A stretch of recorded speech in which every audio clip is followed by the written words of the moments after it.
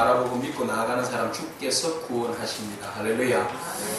네, 오늘 우리가 사도행전 3장 11절로부터 26절까지의 말씀을 가지고 회복의 길이라는 제목으로 같이 은혜를 나누고자 합니다. 회복의 길은 오늘 본 말씀에서 두 가지를 우리에게 제시하고 있습니다. 하나는 회개입니다. 하나는 믿음입니다.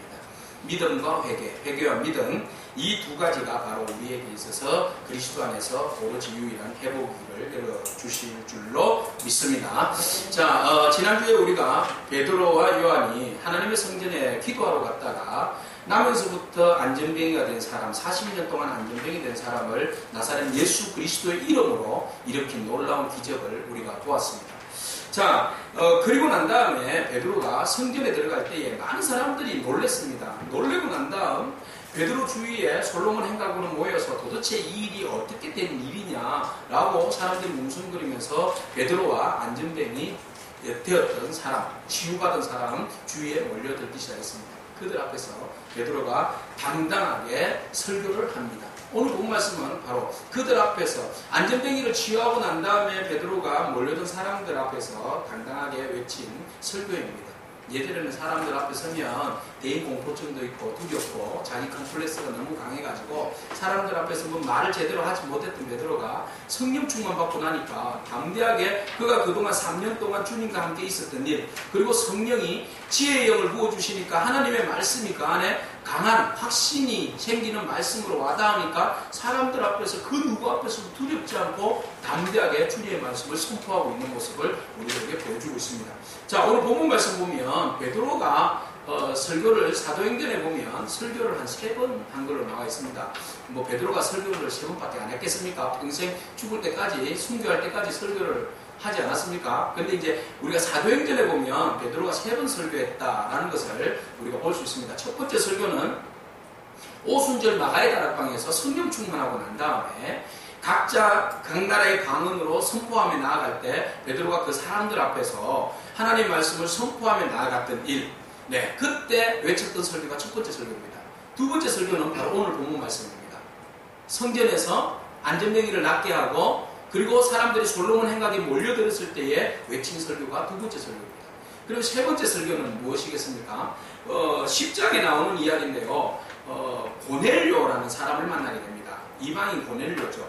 고넬료를 만나서 주님께서 고넬료에게 가서 복음을 전하라고 하시고 고넬료와 고넬료를 둘러싸고 있는 가족들, 친지들이 모여 있는 곳에서 복음을 선포하는 설교를 하는 내용이 나옵니다. 그래서 우리는 사도행전에서 이런 3번의 설교를 베드로로부터 듣게 됩니다. 그런데 여러분, 베드로가 이 설교한 내용들을 보면 한 3가지 특징을 가지고 있어요. 여러분, 지금 고인 되신 대구 남산교회 담임이셨고 영신 총장이셨던 진희성 목사님은 그런 이야기를 하고 있습니다. 베드로의 설교에 보면 3가지 특징이 있다. 하나는 뭔가 하면 오직 그 설교의 중심은 오직 복음이에요. 오직 십자가의 복음이라는 겁니다. 네. 수없이 많은 설교들이 있지 않습니까? 수없이 많은 설교의 중심에는 오직 예수 그리스도의 십자가의 복음이라는 겁니다. 여러분, 많은 설교가 있고 많은 위대한 설교가 있지만 가장 위대한 설교는 무엇이겠습니까? 십자가의 복음입니다. 예수 그리스도의 십자가의 복음을 제외한 설교는 아무리 명설교를 할지라도 그건 설교가 아닙니다. 우리의 설교의 중심에는 항상 예수 그리스도가 십자가의 복음이 녹아져 있어야지 그것이 설교입니다. 그래서 베드로의 설교 3편과 그의 사역들을 보면 그의 설교의 중심에는 항상 예수 그리스도가 들어있습니다. 예수 그리스도의 십자가가 들어있습니다. 바울의 설교에도 그렇습니다. 그래서 우리의 모든 설교의 중심은 다른 거 아닙니다. 예화를 잘하고 뭘 간증을 하고 다 좋지만 그 중에서 빠뜨려서는 안 되는 중요한 핵심 요소가 있는데 바로 예수 그리스도의 십자가, 복음. 예수 그리스도밖에 복음의 길이 없다라는 것을 분명히 선포해야 합니다. 두 번째는 뭔가 하면 베드로의 설교는 너무 쉽다. 네. 베드로의 설교는 쉽다. 제 설교도 좀 쉽지 않습니까? 네, 베드로의 설교가 쉽다는 겁니다. 베드로의 설교 첫 번째, 오직 십자가의 중심의 복음이다. 두 번째는 쉽다. 세 번째는 뭐겠습니까? 능력이 일어난다. 그 설교를 들으면 그 설교가 끝마치면 꼭 능력이 일어난다. 그래서 첫 번째 설교했을 때 오순절 마가의 다락방에서 성령 받고 난 다음에 사람들에게 설교를 했을 때 사람들이 회개하는 역사가 일어났습니다. 몇 명이 회개했습니까? 2,000명이 회개했습니다. 자, 오늘 본문 말씀에서 성전에서 설교하고 난 다음에 안전병이를 일으키고 난 다음에 성전 솔로몬 행각에서 설교합니다. 그 이후에 두 가지 반응이 일어났습니다. 하나는 베드로를 미워하고 시기해서 재판 넘기려고 하는 사람들, 또 한쪽은 정말 자기의 가슴을 찢고 회개하는 사람들의 무리입니다. 그래서 그 사람들의 무리가 5,000명. 베드로의 설교에는 꼭 이런 역사가 일어났습니다. 고넬료의 집에서 설교하고 난 다음에 어떤 역사가 일어났습니까? 성령이 임하고 난 다음에 고넬료가 성령 세례를 받게 됩니다. 놀라운 것. 여러분, 이 베드로가 설교하는 이 내용들의 중심에서 바로 십자가의 복음과 설교가 쉬울 뿐만 아니라 능력, 강력한 그 설교에는 사람이 회개하고 변화되는 능력이 일어났다는 겁니다. 자, 이 베드로의 설교와 좀 비슷한 사람이 한 사람이 있다고 소개하고 있는데 바로 손양훈 목사님. 에아몬에 있는 손양훈 목사님인데, 손양훈 목사님 보면 사람들이 놀란다고 합니다. 처음에 집회를 초청하게 되면 손양훈 목사님이 오셨잖아요. 그러면 한 3분 놀라게 되는데, 자, 베드로와 닮은 점이 상당히 많은 부분이 있다고 합니다. 첫 번째는 뭐에 놀라는가 하면 손양훈 목사님이 키가 너무 작다고 해요. 키가 작아서 놀란다. 첫 번째, 키가 너무 작습니다. 그래서 부흥 강사로 목사님을 초청했는데 기차역에서나 버스역에서 목사님을 기다리고 있다 보면 놓치는 경우가 비일비재하다고 합니다. 남녀하고 키가 조그맣고 안경을 꼈으니까 사람들이 그냥 스쳐 지나가면 저분 아니라고 생각합니다. 의뢰 아니겠지.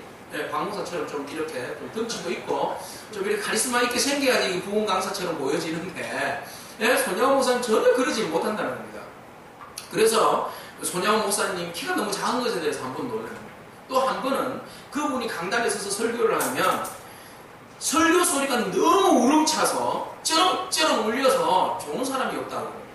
우리도 뭐 좋은 분들이 안 계십니다만, 네. 좋은 사람이 없어서, 좋은 사람이 없고 그 설교가 너무 강해서 파워풀하니까 놀란다. 세 번째는 말 그대로 베드로와 같이 설교의 능력이 일어납니다. 이 강단에 서 있는 박 목사도 첫 번째, 두 번째는 참 비슷한데 세 번째 능력이 있기를 여러분 기도해 주시기를 소망합니다. 네. 설교에 일어나야 돼요. 설교는 십자가의 복음을 전해야 되고, 설교는 쉬워야 되고, 능력이 일어나야 돼요.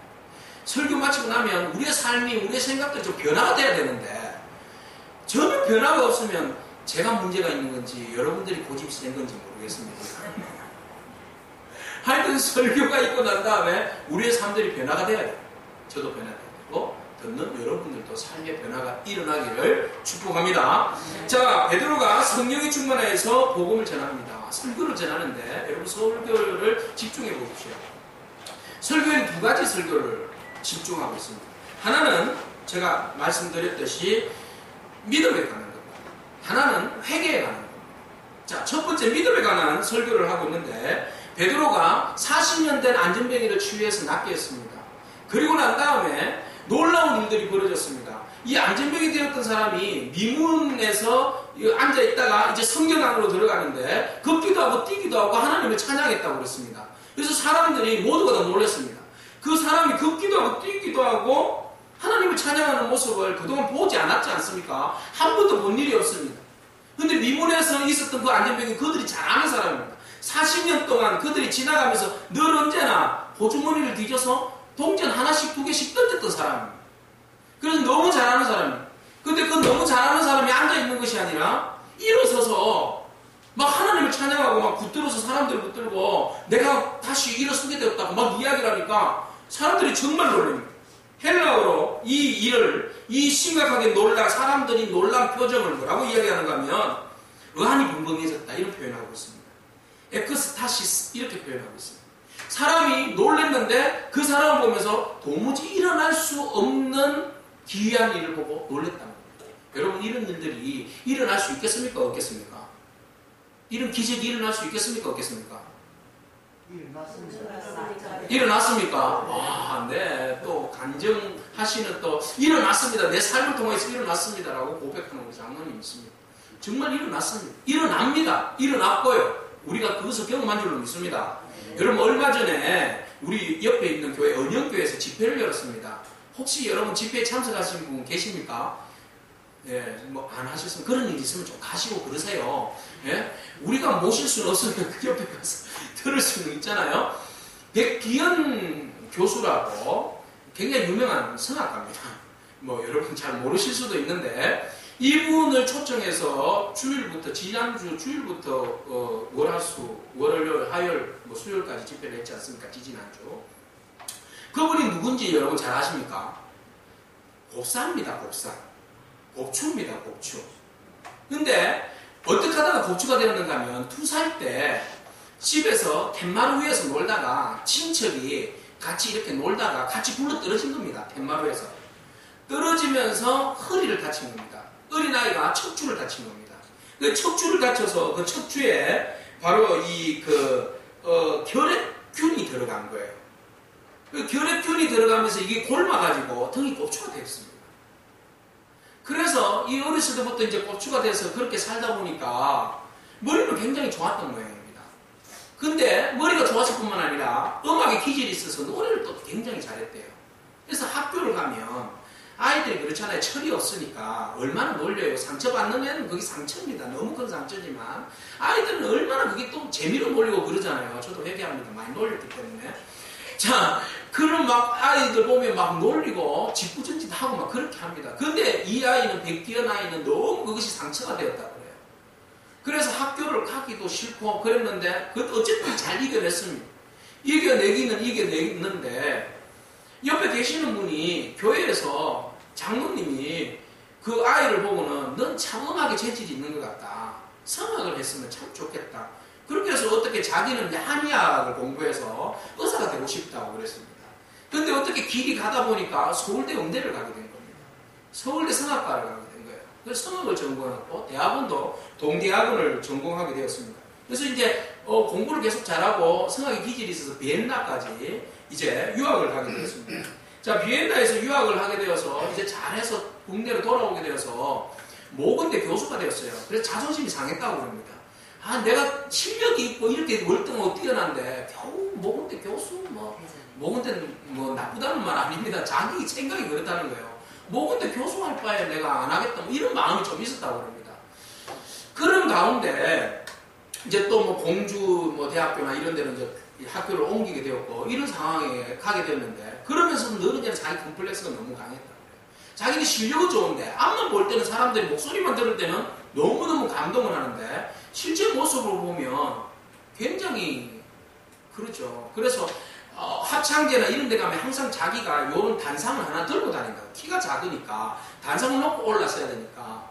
그래서 이제 그 굉장히 유명한 음악 합창단에서 지휘자님이 왜 얘를 데리고 왔냐고 그런 이야기까지 했다면 그래서 그런 것들이 너무 마음이 상하고 그런 가운데 이제 성악을 하고 했으니까 지휘할 기회가 있습니다. 그래서 지휘를 맡아달라고 하면 제일 싫었던 게 지휘였다고 합니다.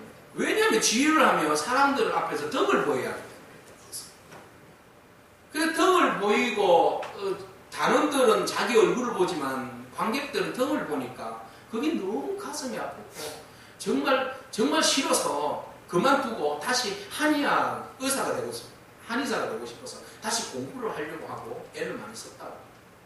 자, 그런 자존심이 너무너무 상하고 힘들어서 막 정말 싫었다고 그렇게. 그러는 가운데 그 아내가 항상 남편을 위해서 이제 기도를 했다고 그러는데요. 그런 가운데 집회가 한 번 열렸다고 그래요. 그래서 집회에 한번 참석해요. 그래서 하나님께 기도를 한번 해보자. 그렇게 해서 이제 집회 보통 이제 참석하잖아요. 그래서 집회 참석하는 가운데 그날따라 강력하게 뭔가 이 느낌이 오더라고요. 그래서 강사님이 강 목사님이라고 소개하고 있는데 강사님이 오늘 이러면 하나님께서 역사하셔서 치유의 하나님이 치유의 역사를 우리에게 주셔서 치유의 역사가 일어날 거라고 여러분 기대하고 하나님 앞에 간절히 낫게 해달라는 믿음으로 기도하라고 그랬다. 그래서 이분도 그냥 믿음 별로 없었대요. 근데 하나님의 은혜가 그날 임했던 거죠. 그래서 자기 안에 내면 속에서 자꾸만 오늘 내가 너를 고쳐주리라, 오늘 내가 너를 치료하여 주리라, 이런 강력한 그 분명하게 한국말로 자기 안에 들리더랍니다. 오늘 내가 너를 치료해 주리라, 오늘 내가 너를 만져주리라, 내가 너를 회복해 주리라, 이런 강력한 하나님의 그 음성이, 성령님의 음성이 자기에게 들리더라는 겁니다. 그래서 막 기도를 막 열심히 하고 있는데 갑자기 막 팔이 보이기 시작해요. 팔이 이렇게 보이고 막 몸이 뒤틀려지면서 자기가 이때까지 경험하지 못한 그런 막 현상들이 막 일어나더라고요. 그러면서 우두두둑 그러더니 등이 펴졌답니다. 할렐루야. 옥추가 펴졌어요. 50년 동안 고추로 살던 사람이 할렐루야 기적은 일어나는 겁니다. 믿음의 기적은요 지금도 일어날 줄로 믿습니다. 하나님은 살아계시잖아요. 그분이 사기치고 다니겠어요? 아니잖아요. 그래서 그분이 간정집회라면 인터넷에 여러분 한번 쳐보세요. 백기현 선악가 백기현 그렇게 하면 알 수 있는데, 그래서 백기현 교수라고 하면 그분의 간증을 볼 수 있습니다. 그러면서 이제 간증을 할 때에 찬양을 하면서, 또 성악가니까 찬양도 하면서 또 하나님께서 나를 만져주시고 치료하신 이야기, 자기가 어렸을 때부터 너무 힘들었던 이야기들, 그리고 지금은 그 간증을 통하여서 많은 사람들이 위로받고 살아계신 하나님을 보고 믿음을 새롭게 하는 그런 놀라운 현장들의 이야기, 그런 이야기들을 막 간증을 합니다. 진작 제가 광고를 할 건데 그랬어요. 여러분들이 가서 들었어요. 오래 가실 줄 알았죠. 저는 못 갔습니다. 그분이 간증을 목사님을 하니까 네, 뭐 나머지는 이제 살을 붙이는 것밖에 없고 뼈대는 그렇습니다. 뼈대는 다 이렇습니다. 여러분, 기적의 현장은 일어납니다. 이것을 보고 우리가 놀라지 않을 수가 없잖아요. 수없이 많은 간증의 이야기를 우리는 알고 있고 듣고 있고 또 우리가 경험하고 있습니다. 하나님께서 우리에게 개인적으로 찾아오셔서 어떻게 역사하셨는지 우리 다 알잖아요. 개인적인 간증거리들이 다 있잖아요. 한 명씩 돌아가면서 이야기하자 그러면 밤새워서 우리 다 이야기할 수 있잖아요. 하나님 살아계신 줄로 믿습니다. 지금 뭐 은혜를 입은 사람은 눈물을 벌써 글썽글썽거리고 그 은혜 때문에 입술이 실룩실룩거리고 그래 합니다. 자, 어쨌든 이 하나님의 역사가 있습니다. 지금 그 역사가 미문에서 일어났던 놀라운 역사, 그 역사를 사람들이 보고 놀란 겁니다. 오늘 우리가 그 역사의 주인공이고 또 그 역사의 수혜자인 줄로 믿습니다. 자, 이렇게 사람들이 놀랍니다. 그랬더니 베드로가 그들을 바라보는데 그들이 뭐라고 이야기하는가 하면, 베드로에게 그 안전병이 되었던 사람이 붙잡았다라는 표현이 오늘 우리 그 11절 말씀에 나오는데, 이 붙잡았다는 말은 어디를 붙잡았다는 말이겠습니까? 손을 붙잡았겠습니까? 아니요. 일어서서 등에서 이렇게 끌어안았다는 표현입니다. 그것은 존경하고 사랑하고 감사한 표현입니다. 나를 치유해 주신 당신께 너무 감사합니다라는 그 강력한 그 사랑과 존경의 감사의 표현으로 이렇게 붙잡았다라고 원어에서는 소개하고 있습니다. 자, 그것을 보니까 사람들이 눈여겨서 보니까, 아, 베드로가 저 사람을 낫게 해줬구나, 그래서 이 사람이 저렇게 붙잡는구나, 그렇게 해서 모두가 다 베드로에게 집중합니다. 근데 보세요, 베드로가 그 눈치가 얼마나 빠릅니까? 그 상황을 보고는 오늘 12절 말씀처럼 그런 이야기를 합니다. 우리 개인의 본능과 경건으로 이 사람을 낫게 한 것도 아니다. 왜 이 모든 것들을 볼 때 놀랍게 여기느냐? 놀라지 말아라. 당신들이 놀라운 일들이 아니라, 놀랄 일들이 아니다, 내가 행한 것이 아니다라고 베드로는 딱 잘라서 말합니다. 여러분, 많은 사역자들이 신유의 은사가 있고 일들을 행하고 나면 참 들기 쉬운 시험이 뭔가 하면 내가 치료했다라는, 우리가 모든 주님의 일들을 감당하는 데 있어서 하나님께서 우리의 각 사람에게 맞는 은사들을 주셨는데 그 은사들을 가지고 우리가 수고하고 애쓰는 건 맞습니다. 그런데 중요한 것은 우리는 하나님의 축복의 통로입니다. 하나님이 우리를 통하여서 역사하시죠. 일하시는 분 누굽니까? 하나님이십니다. 우리를 통하여서 일하시는 거죠. 그런데 우리가 잠짓 잘못하면 착각할 수가 있어요. 일은 하나님이 하시는데 마치 내가 한 것처럼, 나를 통해서 일하셨는데 마치 내가 한 것처럼 사람들로 하여금 인정받기를 원하고 인사받기를 원하고 또 사람들 앞에서 나를 내세우기를 원하는 사람들이 간혹 있다. 오늘 주님은 우리를 통하여서 일하실 때 우리가 우리를 통해서 일하시는, 역사하시는 그 하나님을 바라보면서 베드로처럼 겸손한 마음을 잊지 않기를 축복합니다. 정말 그 마음이 우리 가운데 처음부터 끝까지 그 마음을 가지기를 축복합니다. 하나님께서 우리를 통하여서 일하시는 것 맞습니다. 그 공력 우리가 인정합니다. 감사하죠. 우리가 사람을 통해서 일할 때에 그 사람을 통해서 일하시는 것 하나님 그 인정해 줍니다. 인정합니다. 정말 감사한 일이죠. 그러나 더 중요한 것은 우리가 나를 통해서 일하시는 하나님 앞에 더 감사할 뿐만 아니라 더 겸손할 수 있는 마음이 우리 가운데 첫 번째 가져야 할 마음인 줄로 믿습니다. 베드로는 단번에 잘라서 말합니다. 이건 내가 한 것 아니다. 그런데 보십시오. 당신들이 지금 놀라는 이유가 마치 내가 능력이 있어서 한 것처럼 보고 놀라는데 사실 이 일을 행한 분은 내가 아니다라는 겁니다. 당신들이 그러면서 베드로가 그들에게 아주 자세하게 그들에게 설명하고 있습니다. 뭐라고 이야기하는가 하면 안전뱅이를 일으킨 능력이 어디에서 왔는가 하면 그것은 믿음에서 왔는데 누구를 믿는 믿음에서 오는가 하면 예수 그리스도를 믿는 믿음에서 왔다고 결론적으로 말해주고 있습니다. 그러면 그 예수 그리스도가 누구냐는 거죠. 오늘 베드로는 설교하고 있습니다. 그 예수 그리스도는 누군가 하면 조상들로 하여금 하나님께서 영화롭게 하신 분인데 그런데 그분이 이 땅에 오셨으나 누가? 당신들이 거부한 사람이다. 당신들이 죽이라고 거부해서 내놓고 오히려 죽인 자를 살려준 맞바꿔서 살려준 그 사건 기억하지 않느냐? 뭐죠? 예수 그리스도의 십자가에 내놓은 죽이게끔 내놓은 사건들이었어요.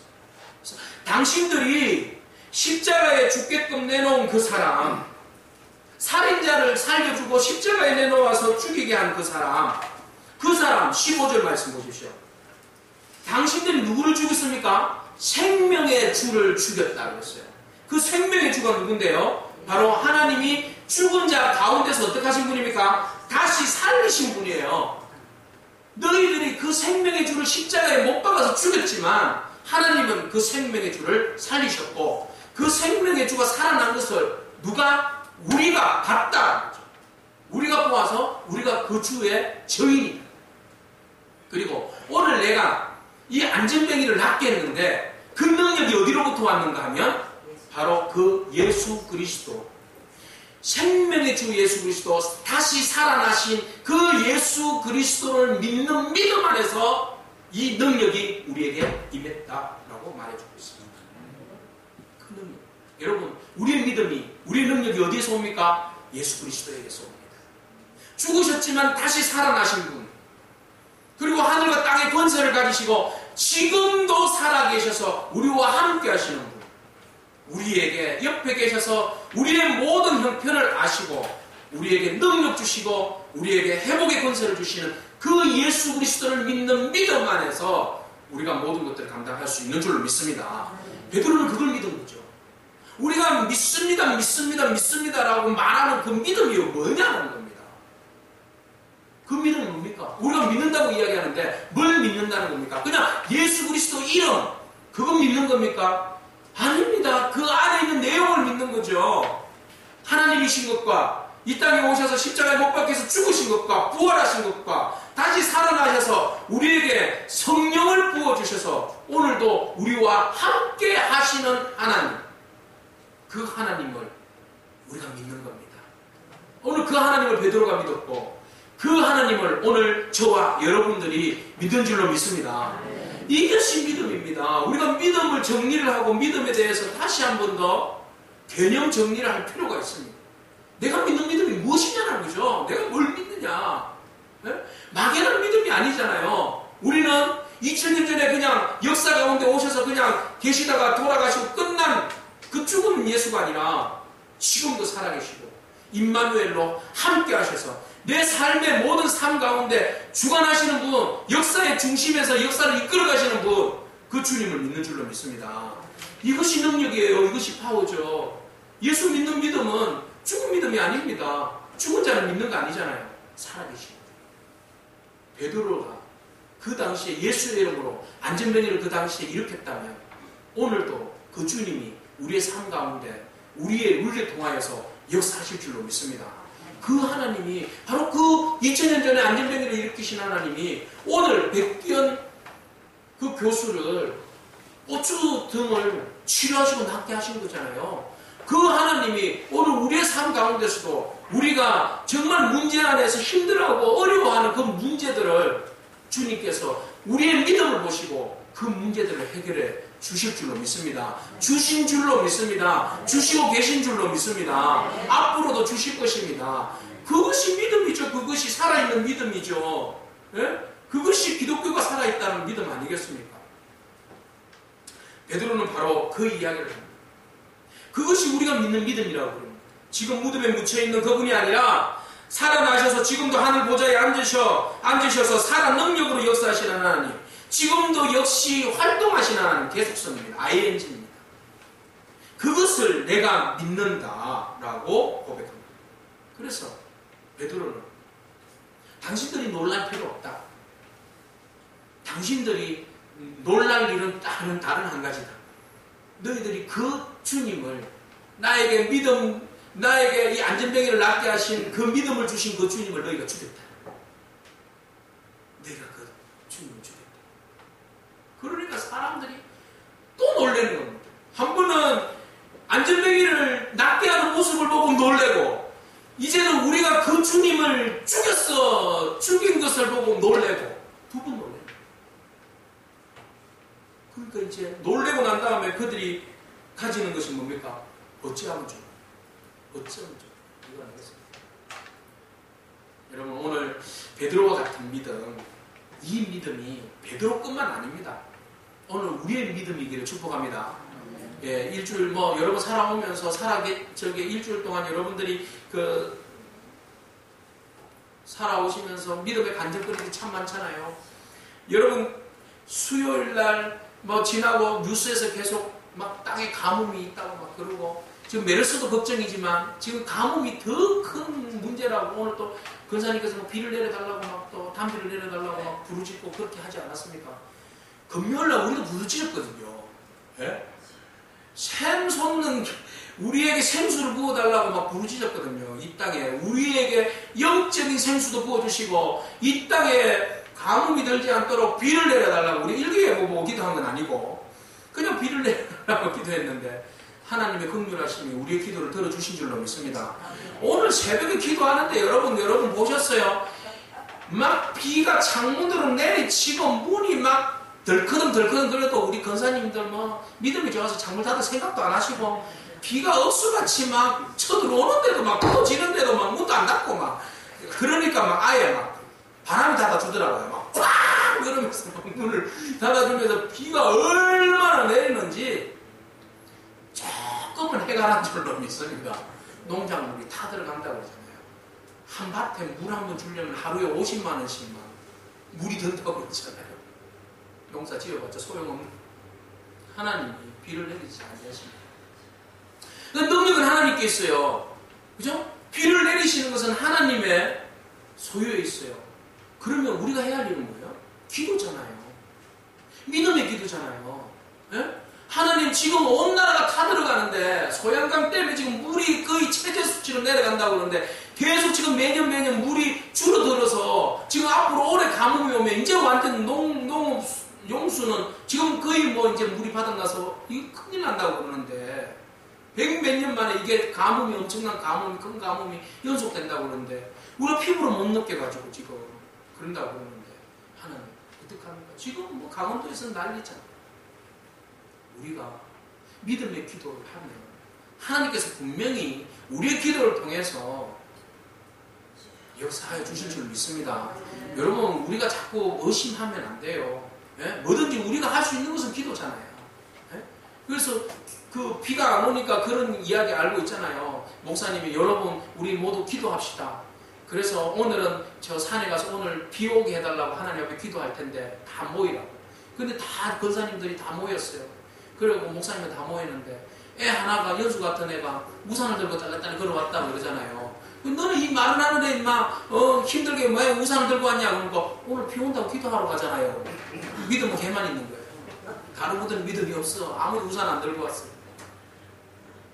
말로만은 믿음이 아니라 정말 하나님을 신뢰하고 기도했으면 응답될 줄로 아는 믿음, 그 믿음 있기를 바랍니다. 줄 준비한다고 토요일날 오후에 앉아있는데 권사님이 SOS 전화가 왔어요. 큰일 났다는 거예요. 어떻게 하면 좋냐. 그분이 지금 유행하는 그 병에 걸릴 수도 있다고 막 그랬어요. 큰일 났네. 우리 일주일 동안 큰일 났네. 내일 교회 문 닫게 생겼네. 큰일 났네. 네? 그래서 SOS예요. 절대 말하지 말라고. 네? 그래서 나중에 말하면 말 그냥 하고 지금은 기도밖에 없다고 막 그렇게 이야기하시는 거 맞잖아요. 그래서 막 맨발로 막 문 열고 나와가지고 하나님 기도했어요. 하나님 큰일 났습니다. 예? 다 남의 이야기로만 알죠. 우리 교인이 지금 그것 때문에 보건소 가가지고 지금 검사 받았는데 하나님 어떡합니까? 하나님 어떡합니까? 뭐 기도가 나올 수밖에 없잖아요. 예? 다행히 그 당사자님께서 나중에 전화 와가지고 목사님 그러면서 전화 오는데 첫 번째 알아봤어요. 내가. 아니래는 거예요. 할렐루야. 예? 당사자들은 얼마나 걱정됐겠습니까? 일주일 동안 낫지도 않죠. 계속 아프죠. 혹시 이건가 싶어서. 당사자들은 정말 힘든 시간이거든요. 그럴 때 우리가 같이 기도해야 됩니다. 여러분 문제가 있고 그러면요. 여러분 꼭 담임 목사님 말고는 다 알고 있더라고요. 담임 목사님 꼭 맨디야 알아. 어떻게. 제일 먼저 알아야 할 사람이 누구겠어요? 여러분 담임 목사님. 기도를 해도 여러분 제가 더 기도를 1분이라도 더 많이 해줍니다. 여러분. 새벽마다 여러분 한 바퀴 돌려고 하면요. 목사가 기도하지 누가 기도하겠습니까? 여러분들도 물론 기도하시지만 여러분 제가 딴 데 누설 안 하겠습니다. 저한테 기도해달라고 하시고 같이 기도합시다. 예? 다른 분 다 알고 있고 저는 맨디아라 하여튼 간에 어찌된 판인지 그래 하지 마시고 어쨌든 여러분 그 믿음의 기도가 그러니까 사랑하는 마음이 있으니까 그죠? 이야기하지 말아야 했지만 저한테 이야기해 주는 거잖아요. 비밀 없어요. 여러분 지나고 나면 저는 다 알고 있습니다. 여러분들은 말 안 해도 이렇게 너무 급하니까 기도해달라는 거거든요. 본문이 아니라 그죠? 기도의 제목이거든요. 그래서 기도했더니 정말 하나님께서 그 마음 회복해 주신 줄로 믿습니다. 이게 기도할 수 있는 하나님을 믿는 믿음의 사람들이 함께 기도하는 능력입니다. 치료하시는 분은 하나님, 응답하시는 분은 하나님, 길을 열어주시는 분은 하나님. 그러나 우리는 기도해야 합니다. 다 하나님 알아서 해주시는데 뭐 기도 안 해도 돼. 이거는 정말 큰 믿음입니다. 그런 믿음 가지면 안 됩니다. 우리는 우리대로 기도해야 돼요. 우리대로 기도해야 돼요. 그 믿음이 베드로의 능력으로 안전뱅이를 일으켰고 그 믿음의 기도가 500명의 기적을 일으키고 중풍병자를 일으키고 야이로의 딸을 살리고 또 수넴 여인의 죽은 자의 아들도 살리고 이런 성경에 나오는 수없이 많은 기적과 같은 이야기들이 무엇을 통해서 드러난 겁니까? 믿음입니다. 믿음의 기도입니다. 그 이야기가 그냥 재밌는 이야기 동화로 끝난 겁니까? 아니요. 살아 역사하시는 하나님의 증거입니다. 그 이야기가 성경의 이야기로만 끝나서는 안 됩니다. 그 이야기가 오늘 우리의 삶의 현장 속에서도 일어나는 그런 놀라운 살아있는 이야기, 살아있는 주님의 능력의 이야기를 우리의 간증 이야기가 되기를 축복합니다. 아멘. 자, 그렇게 해서 베드로가 그 이야기를 이제 사람들에게 이야기를 합니다. 이건 우리의 믿음이야. 그 예수 그리스도를 믿는 믿음으로 우리가 치유했다. 그러니까 그 사람들이 막 놀란 거죠. 이제 막 벌벌 떠는 겁니다. 아우, 그 사람을 우리가 죽였어. 하나님을 우리가 죽였네. 우리가 예배하고 환영해야 할 분을 우리가 죽였네. 큰일 났네. 그러니까 베드로가요. 여러분 이제 자기가 죄가 무엇인 줄 알고 그러면 사람들이 그 죄에 대해서 막 지적하잖아요. 당신은 이것이 잘못이야 라고 지적했으면 한 번 들었으면 알아먹습니다. 근데 여러분 잘못했는데다가 계속 잘못했다고 너 그거 잘못했잖아 자꾸 그러면은 어떤 마음 생기겠습니까? 성질나죠. 안 듣습니다. 그 순간부터 뭐합니까? 넌 더 잘못했는데 그러면서 딴 생각하고 있어요. 그죠? 그래서 여러분 미국에 서든 메소시스트 대학 있죠.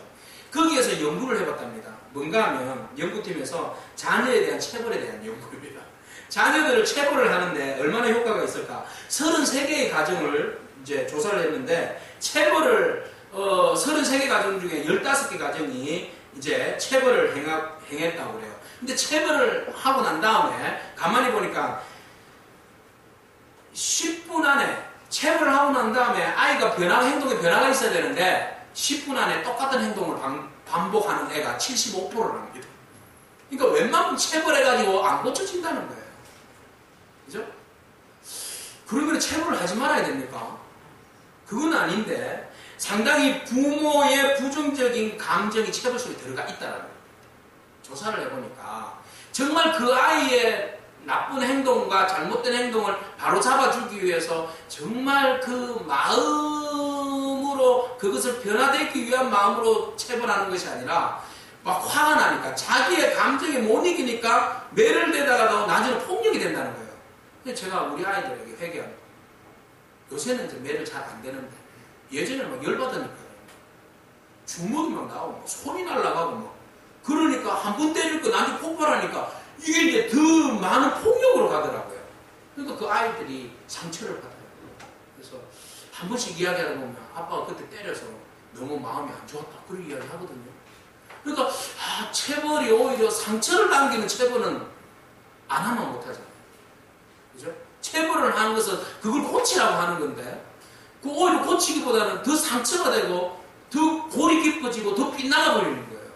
그 부모는 그것이 행동이 미워서 잘 되기를 원해서 때렸는데 이게 폭력이 되어버렸어요. 부모의 막 여러 가지 마음들이 막 부정적인 마음들이 막 감정들이 막 들어가니까 이게 폭력이 되어버려요. 그리고 자녀들도 부모 여러분 체벌이 다 좋은 건 아닙니다. 다 좋은 건 아닌데 그런데 어떻게 하면 행동의 변화가 오겠는가 이렇게 설명하고 있습니다. 잘 아는 이야기입니다. 우리가 행동으로 못 옮기서 그렇지. 충분히 이해시키고 설명하고 반성하게 충분히 이해시키고 설명을 잘 해주고 너 이것이 이래서 잘못되지 않았니 하면 알아듣는다는 거죠. 한 번 해도 안 되면 두 번 해도 안 되면 세 번, 세 번 해도 안 되면 막 해버리잖아요. 너에게는 내밖에 없어 막 이러잖아요. 내밖에 없는 게 아니라 내는 오히려 더 닫아버립니다. 마음을 닫아버립니다. 그래서 절대로 내를 가지고는 체벌을 가지고는 사람이 변화되지 않는다. 마음을 줘야 돼요. 그래서 베드로가 그들이 잘못했는데 막 욕할 수 있잖아요. 너가 죽였잖아! 막 이렇게 할 수 있잖아요. 그럼에도 불구하고 베드로가 오늘 본 말씀 보면 17절 말씀 보면 형제들아 이렇게 얘기합니다. 17절 말씀 보세요. 뭐라고 나와 있어요? 형제들아. 네, 그까지만 하세요. 그런데 여러분 그전에는 12절 말씀 보세요.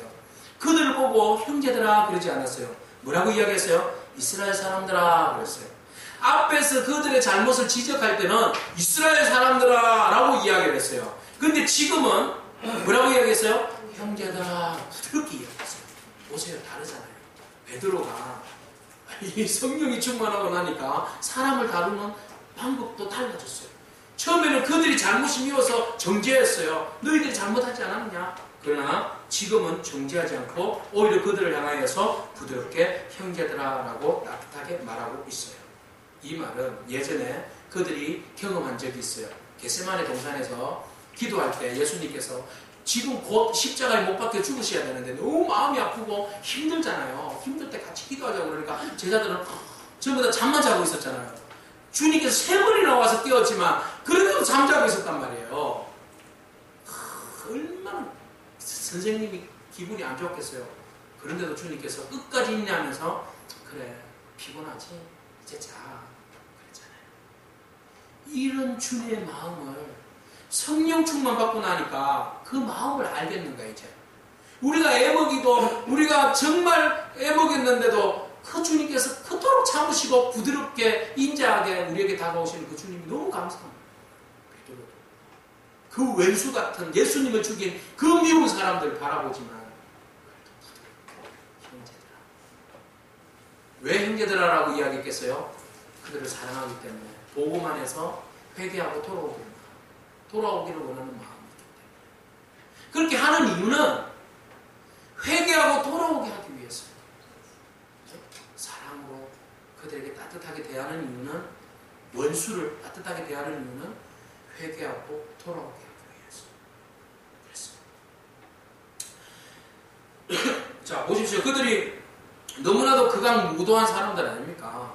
그럼에도 불구하고 그들이 진정 회개하고 돌아오는 마음을 가지게 하기 위해서 베드로는 이야기합니다. 오늘 정말 중요한 말씀은 19절입니다. 19절 말씀 우리가 소리내어서 함께 읽겠습니다. 그러므로 너희가 회개하고 돌이켜 너희 죄 없이 함을 받으라. 이같이 하면 새롭게 되는 날이 주 앞으로부터 이를 것이요. 아멘. 뭐라고 이야기합니까? 너희가 어떻게 하라는 겁니까? 회개하고 말합니까? 돌이켜라 했어요. 그렇죠? 이제 너희들이 예수님을 죽였으니까 이 현상으로 안전뱅이가 낫고 치유된 것만 바라보지 말아라.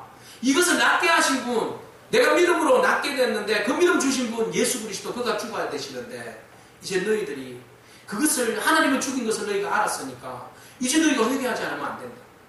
너희가 회개하면, 돌이키면 주님께서 어떻게 하신다고요? 너희 죄를 없이 할 것이다. 없게 할 것이다. 이때까지 지은 죄가 너희들이 엄청나게 많은데 그 죄를 어떻게 하면 용서받았겠습니까? 회개하고 돌이켜라. 용서받는. 여러분, 우리 기독교가 모든 종교보다도 뛰어난 것이 여기 있어요. 회개하고 돌이키면 아무리 극악무도한 죄인이라 할지라도 주님 용서하십니다. 우리가 아무리 악한 죄인이었다 할지라도 용서하십니다. 그 용서의 종교가 우리 기독교입니다. 그러면은 용서받으려고 사람 막 살인하고 막 죄짓고 그렇습니까? 아니요. 어떻게 하다 보니까 관계 속에서 살다 보니까 막 죄를 짓잖아요. 살다 보니까 막 감정이 폭발하고 살다 보니까 막 이게 어떻게 잘못 돌이킬 수 없는 일들을 저지르고 말잖아요. 그래서 수감되고 난 다음에 자기 자신을 돌아보니까 내가 너무 잘못했다. 이 죄에 대한 그 마음이 너무 깊으니까 어떡하냐. 그 사람들에게 네가 죄를 돌이키고 회개하면 하나님이 용서하신다. 죄 용서하신다. 그때서 이 말씀이 먹히는 겁니다. 죄인들에게 먹히는 말씀이죠. 죄인들에게 적용되는 말씀이죠. 그랬을 때 진짜 회개가 일어나는 거예요. 내가 정말 잘못했습니다. 돌아보니 내가 잘못했습니다. 그럴 때 주님께서 주시는 선물이 있어요. 이같이 하면 새롭게 되는 날이 주 앞으로부터 이를 것이다. 새롭게 되는 날이 임할 것이다. 새롭게 된다. 모든 것이 리폼된다. 과거를 놓고 이제 현재부터 받아들이면, 죄 용서함을 받으면, 돌이키면 하나님께서, 주께서 너희들을 새롭게, 새로운 삶으로 변화되게 하신다. 이 예전의 성경에 보면 유쾌하게 한다 그랬어요. 유쾌하게, 기분 좋게, 정말 즐겁게 하나님께서 너희들에게 선물을 주시고 변화시켜 주시고 새롭게 변화시켜 주신다라고 말합니다. 오늘 이 말씀 우리의 가슴에 새기기를 바랍니다. 우리가 회개하고 돌이키면 주님이 죄 용서함을, 죄를 용서해 주실 뿐만 아니라 우리에게 새롭게 함의 축복을 주십니다. 자, 그 말씀이요, 여러분 앞전에 베드로가 성령 충만하고 난 다음에 오순절 마가의 다락방에서 설교할 때 여러분 회개하면 주님께서 예수 그리스도의 이름으로 세례를 받고 제사함을 받으라. 그러면 뭘 선물로 준다고 그랬어요? 성령을 선물로 주겠다고 그랬잖아요. 그것이 여러분 앞쪽에 있었던 2장에 있었던 내용입니다. 근데 지금은 너희가 회개하면 무엇을 선물로 준다고요? 새로운 삶을 주시겠다고 했어요. 두 개를 합치면 너희가 회개하면 돌이키면 성령을 받고 새로운 삶을 축복해 주시겠다. 이 말씀입니다. 오늘 이 말씀이 우리에게 적용되는 말씀인 줄로 믿습니다. 우리가 회개하면, 정말 하나님 앞에서 마음을 찢으면 주님께서 우리에게 성령을 부어주실 뿐만 아니라 믿음을 주실 뿐만 아니라 우리의 삶이 전혀 다른 새로운 삶, 뉴본, 새로운 거듭남의 삶을 우리 가운데 허락해 주십니다.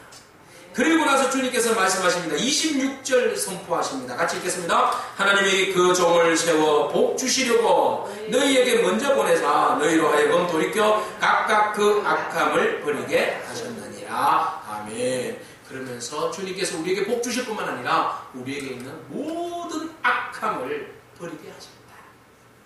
그 하나님을 우리가 기적으로 인하여서 일어난 현상만 볼 것이 아니라 그 기적을 주관하시는 하나님, 안전뱅이를 일으키시는 그 주님을 우리가 믿음으로 바라보고 또 그 믿음 안에서 우리가 성령 충만받고 또 성령 충만 안에서 새롭게 되는 삶을 살아가는 저와 여러분이 축복합니다. 기도하겠습니다. 같이 말씀을 생각하면서 함께 기도하기를 원합니다. 주님은 살아계시고 우리 가운데 함께 하십니다. 나의 주가 되심을 믿는 믿음을 가지고 영적 안정병이를 일으키는 능력 있는 삶을 살게 해달라고 하시면서 기도하겠습니다. 나를 돌아봐